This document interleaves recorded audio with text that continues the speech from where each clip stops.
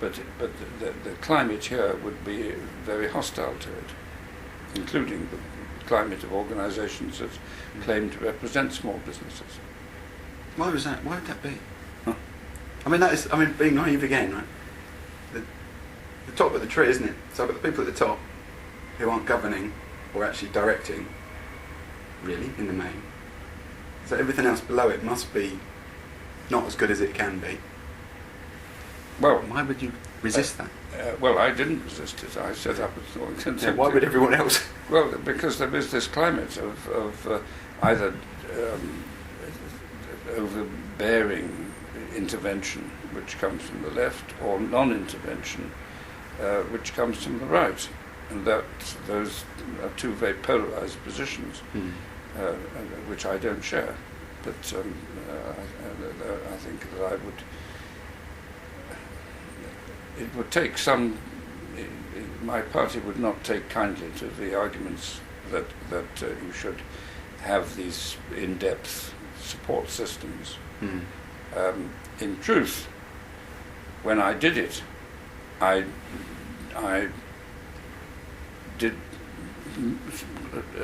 comprehensive presentations to conservative backbenchers so that they could see what I believed an industrial policy was about. What they felt it was likely to be about were things like backing winners or subsidizing losers. Now, I wasn't in favor of certainly the latter, but and once I did the presentations, I had no complaints. But I'm deeply aware that there is a very substantial body of opinion which would reflect itself in many of the representative organizations and in many of the newspapers, the populist newspapers, I say, which would be very suspicious of anything that smacked of interventionism. Okay. Or industrial strategy is another non-word, non-idea. Okay. But I believe in industrial strategy.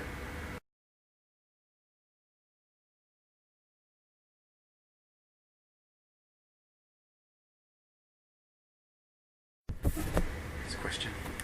Tricia Hewitt said, her opinion, that in 1997 BusinessLink was in a pathetic state when they took it over.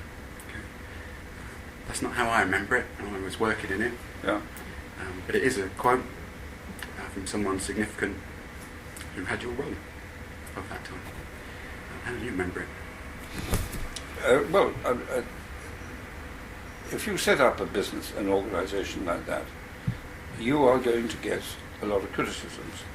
You're going to get criticisms particularly about the people who you are using to give advice, because people will say they don't have any real experience, they don't have any real knowledge, and those are the people that will create the image in too easy a way. And if the press once start picking that up, then the image becomes it gets into the public mind. My information is that we got a lot of inquiries, there was a demand, and I personally never saw any serious complaints. I heard about press criticism, but I've long since learned to discount press criticism as often just the slowest ship in the convoy who the business wasn't turned round, who said it's all a failure. You have to aim off for that sort of selective reporting.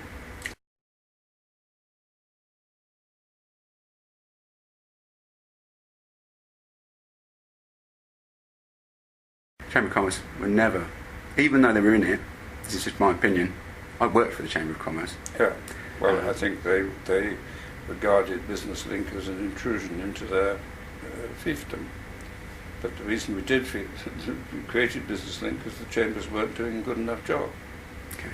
So there was a tension there from the beginning. In which respect do you think they weren't doing a good enough job? Well, they themselves should have set up this combined advisory service. They should have gone to government and said, look, you've got all these services, work with us and create the one-stop shop. That's what they should have done. We did it for them, but there was resistance in the earlier days, and there were criticisms from the chambers. Okay. It doesn't mean to say that chambers were right. No. Can I ask you about a couple more organisations? Yes. So the Federation of Small Businesses. Yes. Well, they would be get off our backs school of thinking. They would believe that the small business doesn't need that sort of public advice. I don't agree with that judgment. And the scale of the inquiries reveals that the demand was there. We can argue about whether the quality of the service was good enough, but my view would have been that could only lead to a debate as to how you improve it, not closing it down.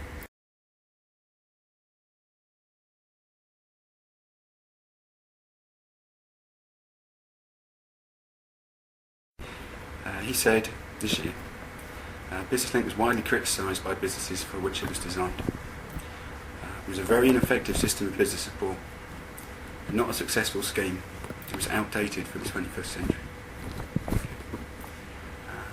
Do you think BusinessLink was a successful scheme, and why? I haven't any doubt that in the days when I was involved, and you've got to remember we're going back now to the early 90s, mid-90s, it was successful, it was needed. What I am hesitant to pass judgment about is what is now necessary, because I am fully aware that the web and electronic data transmission has taken a quantum leap since I was involved in this field. And so a lot of the information services could now be delivered through centralized one-stop web shops that we didn't understand in the 90s. So it's important that people like me don't immediately say, because I invented something in the 90s, it's automatically right 20 years later. The concept is right, but the concept may not need such emphasis on physical one-stop shops. You may be able to do it through the web. And the concept is intervention, support the SME market, and contribute to the national economy. I think that there's an unanswerable case for giving advisory support to the small and medium-sized companies to help improve their performance, to answer questions, to be a sympathetic spectator, if you like,